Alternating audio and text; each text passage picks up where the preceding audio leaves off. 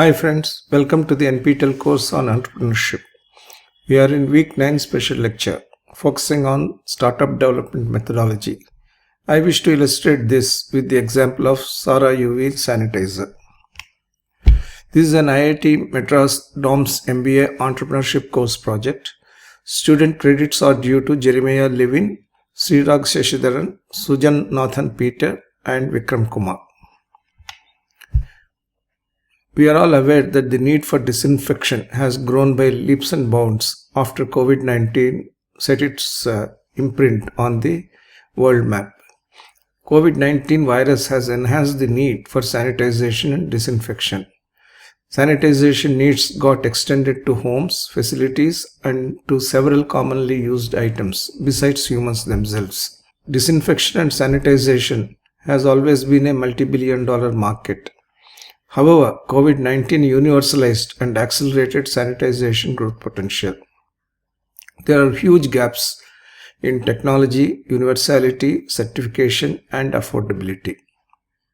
So I thought that this would be an ideal opportunity for a startup to deliver an innovative product solution. So I offered this as a potential startup project to be conceptualized and developed by the MBA students. They have made research and identified the need as follows. In 2020, the demand for surface disinfection rose sharply owing to COVID-19 pandemic. We are aware that in general, infections from bacteria and viruses are always on the rise. Certain viruses can last up to 3 days on various surfaces.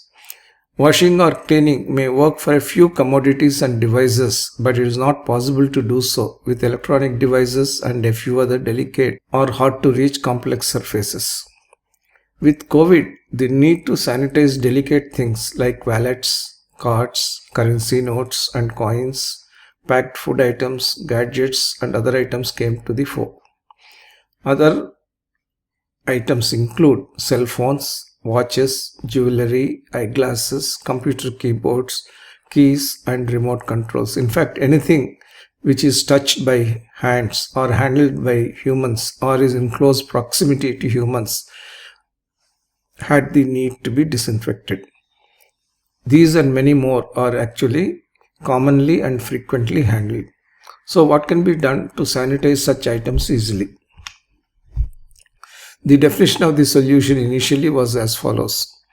There is a need to look beyond chemical solutions to disinfect daily items. The adoption of ultraviolet light for the disinfection of medical facilities and industrial use has been prevalent for the last 4 decades. This technology does not use any additional chemicals or cause any harm to the accessories and gadgets, thus making it a safe way to disinfect. The team thought that the UV can quickly disinfect small accessories and gadgets like the ones I have mentioned earlier, and therefore there would be a potential to use ultraviolet rays as a solution. Safety, portability and cost have been the major barriers for the use of this ultraviolet technology. The offering by the startup in that context has been conceptualized as affordable, safe and portable UV device. And the device is called SARA, which is an acronym having the 2 letters of the first 2 words of safe radiation. The total expansion is safe radiation for microbial inactivation. Design thinking framework has been applied by talking to people who need those kinds of disinfection requirements and those who are intending to have a product that will meet the disinfection requirements. So the initial target market was identified as households. The team conducted a survey about the customers' expectations of the product, potentially a qualitative focus interview in the social circles to understand the pain points. The top 7 features that are desired of such a product are shown in the graph on the left side. The results of this survey have been as follows. There is a lack of a genuine and reliable mode of disinfection for individuals and households. There is also a lack of a safe and liquid-free instrument for disinfecting gadgets and daily essentials. The non-availability of a cost-effective instrument of sanitization for the typical home or office use is acutely felt. There is also a need for a portable liquid-free sanitization instrument that can be used by a normal person in the normal household or office surroundings. So these were the results which came from the survey.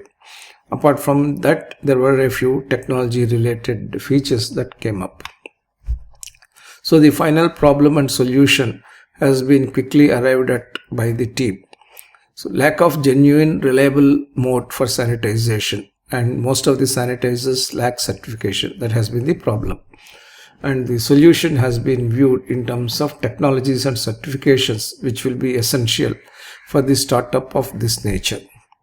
Liquid sanitizers have alcohol or other chemicals and water which destroy the protective film and also damage an electronic gadget or other items such as spectacles. Therefore, the solution has to be to promote the availability of a cost-effective and a portable liquid-free sanitization device for a normal use. UV is certainly an alternative, but current UV sanitizers are bulky and do not represent modern technology. So the startup said the solution would be in terms of developing a simple, smart, portable, affordable UV sanitizer of modern contemporary technology. So the problem and the solution are summarized here. Need for liquid-free sanitizer. Liquid-free is the most dominant characteristic that is required of the sanitizer. Need for liquid-free sanitizer to instantly kill bacteria and viruses. Need for portability, high technology and regulatory certification. The solution has been offered in terms of UVC technology, which will be explained later, which is safe on humans, effective on bacteria and viruses that can be certified. It has a portable and adaptive design as conceptualized by the team. So when you want to drill down this idea further from a technology point of view or a science point of view, the question is which type of radiation would be the most suitable. Ionizing radiation UVC type has been found to be the most effective for all bacteria and viruses. Will it be effective on SARS-CoV-19 virus? Yes, it destroys its protein layer and it has been proven to kill COVID virus instantly. Marketability? In general, disinfection is a multi-billion-dollar market. COVID would drive up the market, and even if COVID subsides, there is an enhanced embedded knowledge and awareness about disinfection. Therefore, the growth rate for disinfection products would be higher going forward. So what is UV technology? There are two types. One is the UV LED, another is the arc lamp. So in terms of lifetime or on time, the UV LED is 20,000 hours, whereas an arc lamp is only 500 to 2,000 hours of bulb life. In terms of environmental considerations, UV LED is free of mercury and ozone, whereas arc lamp generates mercury waste and ozone as well. Input power is low, almost half of a comparable arc lamp, while arc lamp uses lot of input power. UV LED has minimal maintenance, while arc lamp requires the bulb to be replaced and reflector to be cleaned. The on-off possibility is instant in UV LED, whereas arc lamp takes minutes. And when you want to sanitize a surface or an item, the product must be switched on instantly to start its germicidal action immediately. Heat generated should not be extraordinary. It is only 60 degrees centigrade in terms of UV LED, but it is 350 degrees centigrade in terms of arc lamp. Therefore, arc lamp cannot be used under normal circumstances. When you look at the molecule, KRBr, KRCl, KRF, XCl and Cl2, these are the molecules that can have different kinds of wavelengths and the phone energy EV. These are important criteria for designing the UV technology product. For the past 100 years, science has recognized the antimicrobial effects of the ultraviolet area of the electromagnetic spectrum. The specific wavelengths responsible for this reaction are situated between 100 and 280 nanometers with a peak wavelength at 265 nanometers. These are known as UVC. The invisible shortwave FAR UVC ultraviolet light that researchers found can deactivate the SARS-CoV virus and other transmissible pathogens is the driving force for this product and the startup. Nitride semiconductor chips and solid-state devices can emit FAR UVC light at wavelengths ranging from 200 to 222 nanometers. So, how do we understand UVC? The effect of ultraviolet is that when a microorganism is exposed to UVC, the nuclei of the cells are modified due to photolytic processes. As a result, cell division and by extension reproduction is prevented, and therefore the virus undergoes a death. UVC production. Depending on the product, the ultraviolet source could basically be XMR lamps with a fused silica quartz tube, typically 15 mm to 25 mm diameter, ranging from 100 mm to 1200 mm long. The inert gas with which the tube is filled provides the primary discharge and the necessary action to excite and vaporize the minuscule deposits of mercury within. UVC LEDs use semiconductors, and these emit light between 200 nanometers and 280 nanometers. The wavelength emission can be tuned by adjusting the material of the semiconductor.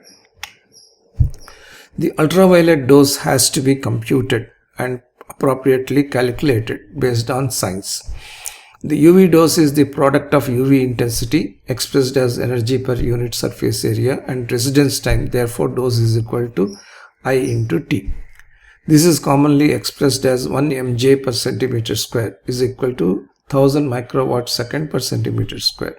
The minimum dose expressed by Wieland gives the user the guaranteed assurance of success in disinfection. Average and cumulative doses offered by others depend on the turbulent flow characteristics, which can disappear when the flow is variable. The recommended UV dose varies for each application considering industry specifications as well as microbiological standards.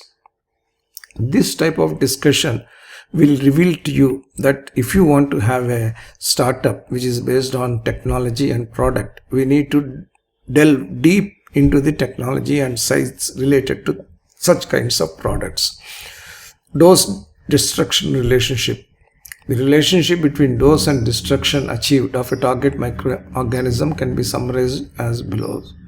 N by N0 is equal to E to the power of minus Kd, where N is the initial number of target organisms, NO is the number of target organisms after treatment, K is the constant associated with target organisms, and D is the dose. From the above relationship, doubling of the dose applied will increase the destruction by a factor of 10.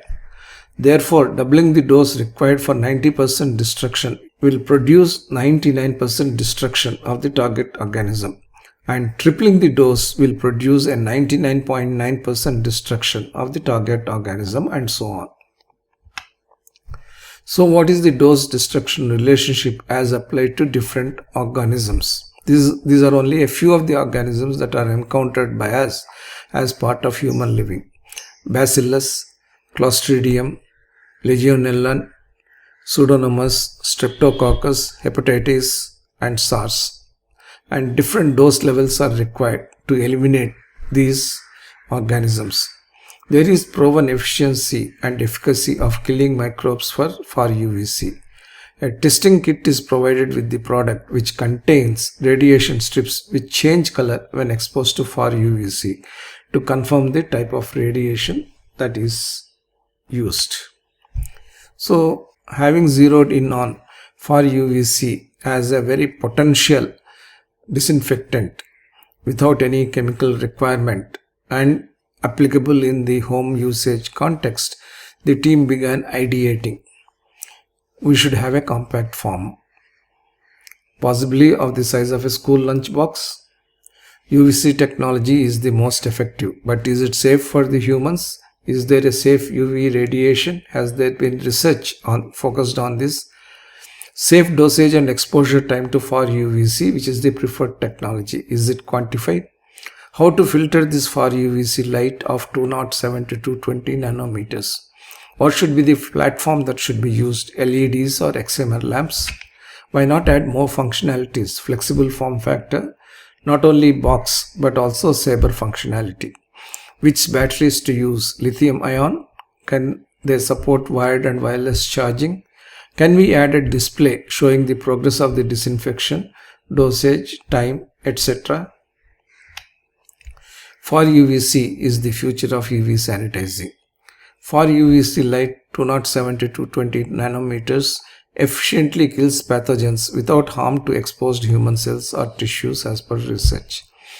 This ForUVc light is very strongly absorbed by proteins through the peptide bond and other biomolecules, so its ability to penetrate biological materials is very limited, but it is enough to destroy viruses and bacteria. Human tissues won't be damaged by ForUVc because of this characteristic. Increasing the ForUVc intensity by a factor of 2 would halve the disinfection time while still maintaining safety. ForUVc light can be generated using inexpensive XMR lamps and is a potentially safe and efficient antimicrobial technology. How do you procure the ForUVc technology? We all understood by now that ForUVc technology is the technology of choice. But how do you get this? Therefore, the team said that the strategy is to initially go with purchasing the LEDs emitting ForUVc radiation. The ForUVc has been developed by the Columbia University, USA and is a patented technology. The university has licensed the technology to a few LED manufacturers such as Ushio Inc., Japan. Ushio Inc. Japan has already begun manufacturing and is currently selling ForUVc emitting LEDs commercially. Christie's is a commercial ForUVc solution offering its range of products named Contract by procuring its ForUVc lights from Ushio Inc. For the proposed SARA UV box, the startup of IIT Madras would take a similar strategy to procure the LED lights from Ushio Inc. Japan to start with. In the long run, the startup would look to license the technology directly from the Columbia University, setting up R&D and manufacturing infrastructure for own ForUVc lights, possibly after the initial years of operations of business. The proposed product would have the following array of features. It will be safe and easy to use. It will be portable. It will incorporate energy and cost-efficient LED systems. The products would be scalable and would offer a wide range of applications. So the proposed product is described as a UV box. It is an affordable UVC portable device to disinfect things like masks, cellular phones, and various other handheld objects like keys, coins, cards, wallets, combs, watches, spectacles, but not limited to these things. The vision is one of developing and putting into market a line of products to provide a variety of options for sanitization, disinfection and sterilization featuring UVC LEDs. These are the three pictorial representations of the potential types of the SARA box that could be made available. The structural analysis of the industry has been conducted. Market size value in 2020 has been around $3 billion. And it is expected to triple itself to $9 billion by 2027. A growth rate of 19% is forecast during this period. Historical data was available between 2016 and 2018, while the forecast period is for 2020 and 2027. There are several quantitative units that are applicable. The report coverage included revenue forecast, company ranking, competitive landscape, growth factors, and trends. The segments covered included component type application and end use region. The product would be applicable to North America, Europe, Asia Pacific, South America, Middle East and Africa, virtually every geography of the world. Every country, developed as well as under development, would be taking this kind of product. There are companies, of course, that are operating in this arena and these have been listed here. So given this, how does the 5-force model work in this case of industry analysis? The buyer power would be moderate because the switching costs are not that high. There will always be threat of new entrant because this is considered a growing area. A moderate force would be there then less switching costs will be there for new entrants. The threat of substitution could be there in respect of not all products but certain products, when liquid sanitizers can be used for such products. For example, if it's gold jewelry or some other jewelry, there is no reason why liquid sanitizers which don't harm the metal can be used. Moderate buyer power is experienced because the switching cost again is low. In terms of the competitive rivalry, there would be high competition from homegrown products. So the 5 forces vary in intensity from moderate to high. The SWOT analysis for the proposed project has been conducted and it has given these results. The strengths would be cost advantage and portability. Weaknesses would be customer acquisition cost, in particular due to the resistance to use a sanitizer of this nature for what people think could be helped by mere washing. Opportunities are in terms of the existing products in the market which have got a foothold but which could be overwhelmed by the set of features which this new product has, and the risks are in terms of customizing the product and offering a range of products for different kinds of usage patterns.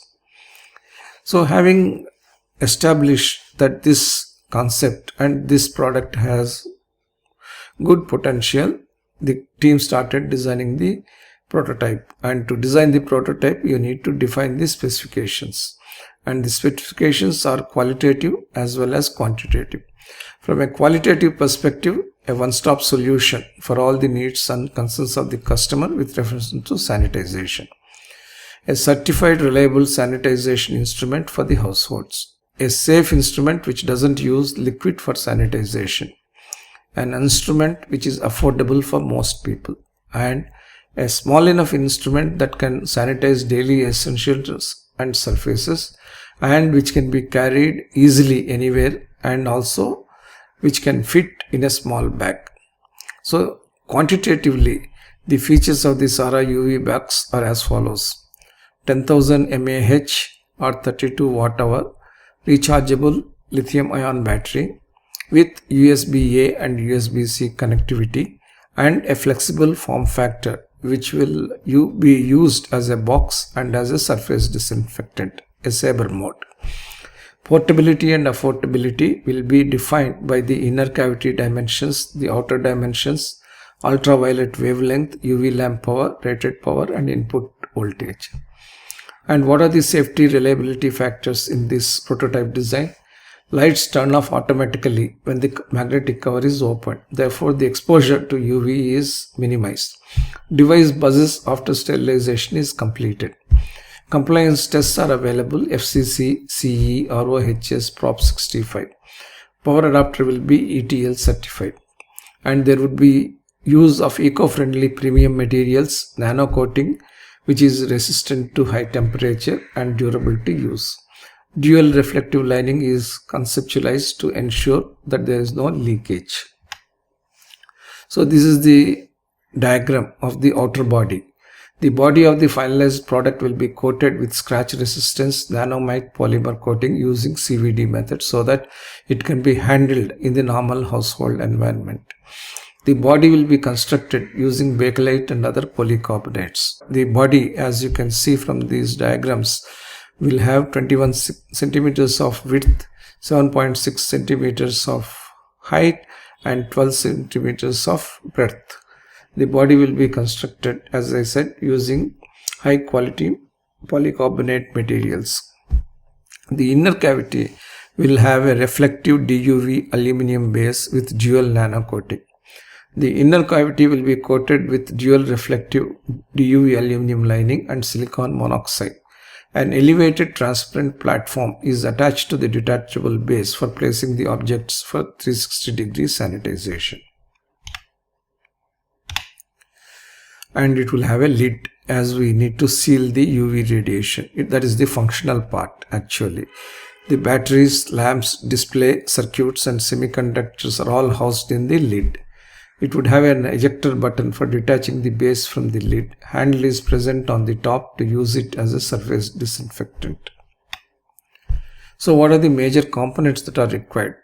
The functional components comprise 10,000 mAh rechargeable lithium-ion battery, UVC emitting LEDs, circuit boards, intensity regulators, colored LED indicators, buzzer, charger with adapter, and USB-A and USB-C ports.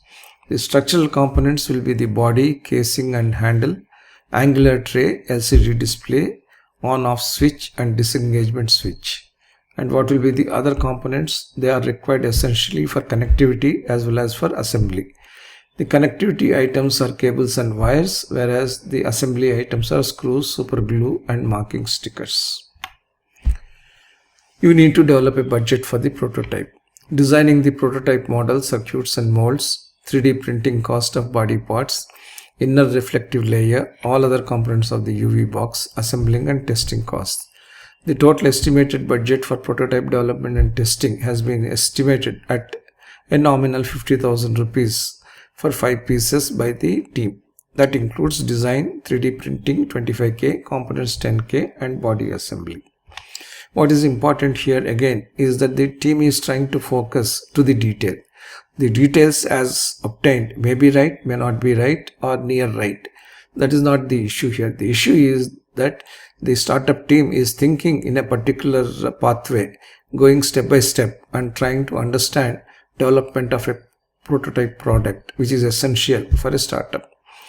So the manufacturing and assembly of the prototype will comprise design, PCB artist, CAD Altiboard, Altium designer, 3D printing of model parts, plastic based 3D printing, and 3D printing of the prototype units, polycarbonate body parts, assembly adding ICs, PCBs and electrical components, and finally functional testing.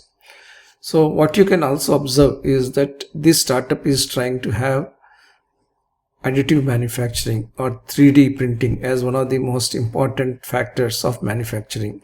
And we would have seen in the startup course, or if you have gone through the technology and strategy course, that 3D printing is the way to go, particularly when you need rapid prototyping, cost-effective, adaptive and flexible as well as agile prototyping, and eventually it would be a mainstream technology. However, it is of interest that the team has chosen to use the 3D printing to develop its product. So the proof of concept, I said that there are 3 proofs of concepts: proof of concept, proof of product and proof of business. In the proof of concept stage, we test whether the ideal solution of developing a safe, affordable UVC, particularly ForUVc disinfecting device that can sanitize everyday handheld objects and high contact surfaces on the go would be feasible or not. Then you test the proposed product. The SARA UV box uses the latest UVC technology, therefore it will pass muster. It has a flexible form factor which can disinfect the objects which can be put inside or the surfaces which are external. Therefore it passes. And it doesn't use the liquid sanitizers, therefore it passes another important test as well. What about the technical feasibility? The availability of the latest ForUVc technology and a functional design to transform the box into a surface disinfecting device. Is it feasible? Prototypes have been made to demonstrate that it is feasible. Prototype development, particularly if it is using 3D printing, enables the creation and testing of the proposed device with functionality and cost effectiveness. The studies carried out by researchers at Columbia University point out that ForUVc light at a wavelength which is safe for humans can kill more than 99.9% of the microbes, including coronaviruses on exposure for a certain time period. The coronaviruses are structurally similar to the SARS-CoV-2 virus that causes the novel COVID-19. References are provided here for the results of the research by Columbia University as well as several other researchers, including our own DRDO experiments and results to confirm this same. So what about proof of business? To understand the business scope and feasibility of the proposed product, the startup would be looking at the following aspects. What is the gap in the marketplace, particularly with reference to eliminating the COVID kind of viruses? What are the customer needs and the feedback? What is the competitor research? what kind of business analysis can we make, what are the projected financials, and what is the roadmap and timelines for moving ahead on the roadmap. So the gaps in the current market are in terms of the following: need for portable models, lack of affordable units, liquid-free sterilization disinfection, and huge untapped market. These gaps remain, although there are certain companies, including startups, which are trying to offer products for meeting the sanitization market. These are the 4 critical gaps which SARA UV box intends to bridge. There have been need identification and customer feedback surveys, and the gaps in the existing market are shown up in these surveys. So the gaps offer the opportunity as well. There is a customer feedback which says that there should be genuine, certified and durable UV sanitizing devices. The business scope is enormous, as I said, from $3 billion to $9 billion kind of growth, and increasing awareness is going to drive the physical volumes as well as the value for the product. In India, we have competition in terms of DRDO and other companies such as Arclight, Voltas, Godrej, Philips, Orient Electrical, and in the rest of the world there are many companies. However, looking at the products based on the internet research, the team felt that SARA UV, as conceptualized and developed as a prototype, has significant benefits over the other products that are available. So the business strategy focuses on 4 essentials: product, manufacturing, marketing and finance. So the line of products in the disinfectant space for the industrial sectors and healthcare sector would be the prime objective of product family, and it would attempt mechanized or robotized disinfection, and that will ensure automated hands-free disinfection of the workspace. Manufacturing will be based on in-house manufacturing plant for UV box case, because that manufacturing will be simplified the moment you decide to use additive manufacturing. Marketing will be done in partnerships with the digital marketing companies to start with, and eventually going to a full spectrum of retail stores later. And the financial goal is to achieve revenue and profit targets in order to ensure sustainability for the business model. This is the business model canvas which you have been seeing with respect to each of the startup projects. Who are the key partners? That is the entire ecosystem which serves as the stakeholder set for this product. What are the key activities? What are the key resources? What are the key propositions that are offered, which have been discussed earlier also? And one key proposition has come in addition to portability, safety and liquid-free disinfection. This key proposition is an add-on feature like mobile charging. Customer relationships will be governed through social media marketing, digital presence and service, whereas channels will be e-commerce platforms, social media and websites. Customer segments will include most people who are demographically well suited for this kind of product: working professionals, students and individuals. The cost structure will be driven by the component costs, labor cost, manufacturing costs, operating costs and marketing costs, while the revenue streams will be initially sales from online channels and later sales from online as well as offline channels. So the product strategy is based on the pure science of ForUVc technology, and no liquid, heat or chemicals will ever be deployed in this product for disinfecting objects. And with this focused product line, the company believes that it will be the base for the corporate success. And the flexible form factor is the icing on the cake, because it can be used as a sanitation box as well as a surface disinfectant. The marketing strategy focuses on the 4 P's of product, price, place and promotion. The product is household and small offices, meeting the requirement for this kind of liquid-free, portable and affordable sanitation. The price is a combination of penetration and value-based pricing, so that the customers can understand what the product is worth. Based on the research, how the customers are willing to pay for such a product, the expected price has been set at 2,200 per unit, and the team estimated that the margin would be as much as 700 rupees for this kind of product and the pricing.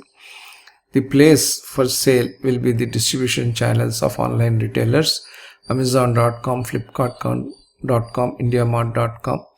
We will also have sale through the websites where customers can find information about the product and confirm its legitimacy. For example, IndiaMart, and eventually migrate to a model of omni-channel marketing, online and physical digital stores like Chroma and Reliance Digital. And how can this product be promoted? Of course, we will require scientific and technical reviews which need to be posted on the social media as well as in the academic works. There should be incentives to bulk purchasers and wholesalers. Advertising on all the health related websites, blogs and other content creation on social media pages and own websites for customer engagement. And the company may choose to offer discount coupons for the initial few buyers to create a sense of urgency to acquire this product and test it out. So when you have everything set up, creation of the financial model becomes easier.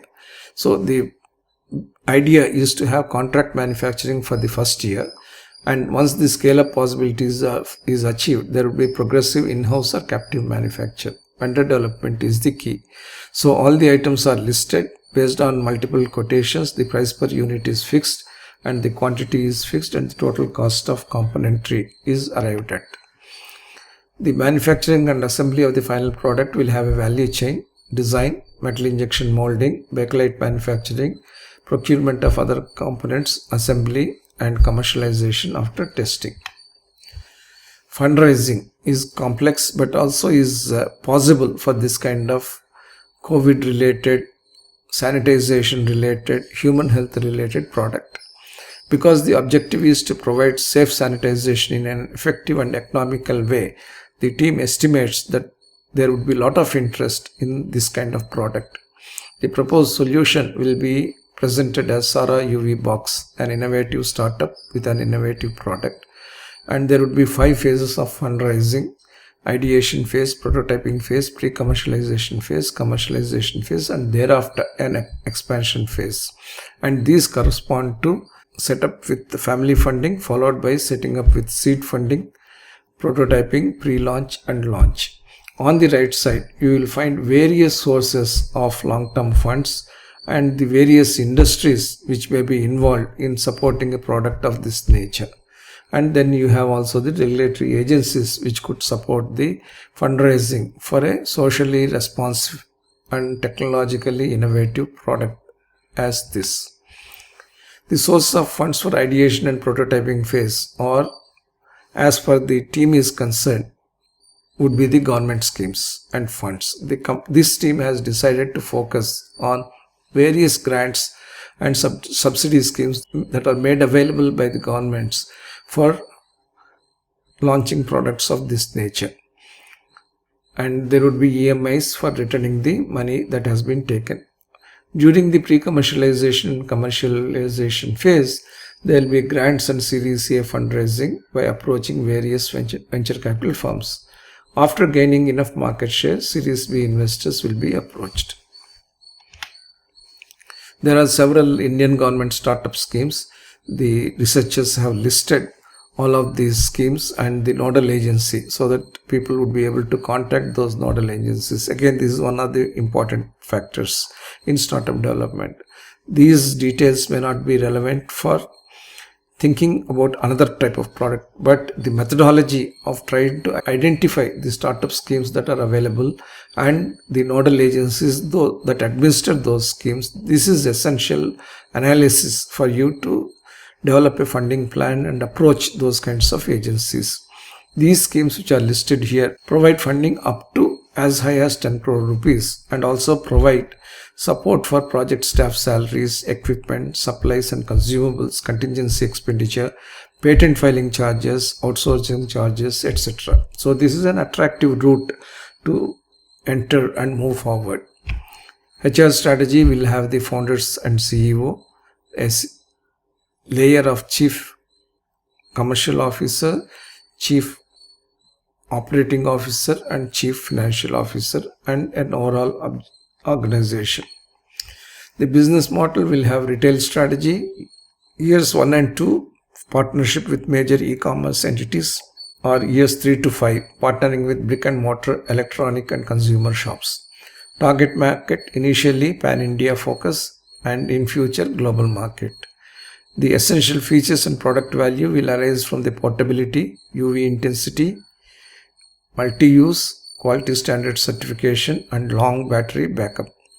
The expenses that are involved would cover operating, administrative and marketing heads.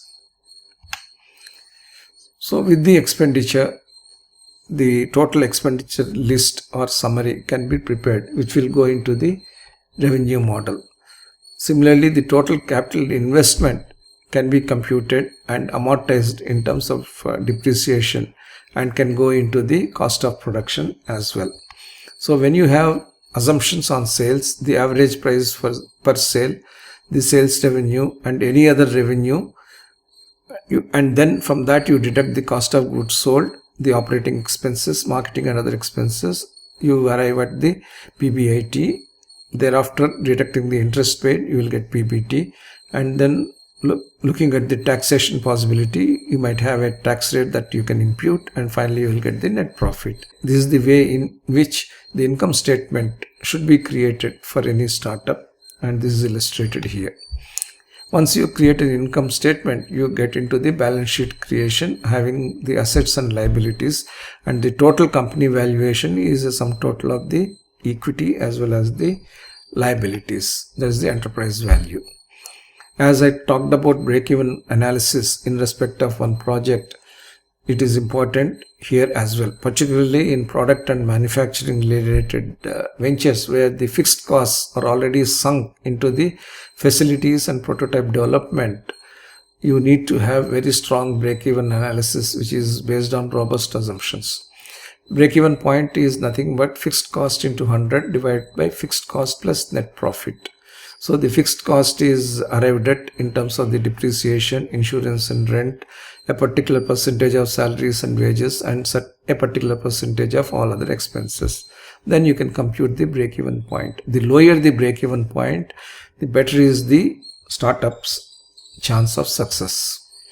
The user categories, as I said earlier too, initially it will be residential followed by commercial, and in future it will extend to industrial uses, municipal uses, and from a geography point of view it will be India and then would be extended to various global markets. We can observe from the US ultraviolet disinfection equipment market size, there is significant potential for a company to enter this field. And there will be pre-operative expenses which we also need to be captured and imputed into the calculation of the cost. So there could be prospective product extensions also. Every startup will not end with the first project that has been taken up. We need to think of extensions and also strategic adjuncts. So we can move into room disinfectant systems. This startup can specialize in terms of surface disinfectant for various types of surfaces, small, medium and large. It can get into the business of portable air cleaners. Ballasts and controller units for spaces can be done. Quartz sleeves, water purifiers can be developed. Reactive chambers, industrial water treatment can be attempted because the core technology is already mastered, although on a small form factor and on a low key, but the science and technology can be leveraged for multiple applications as given here. So with this we come to the end of this lecture, and I will meet you in the next special lecture. Thank you so much.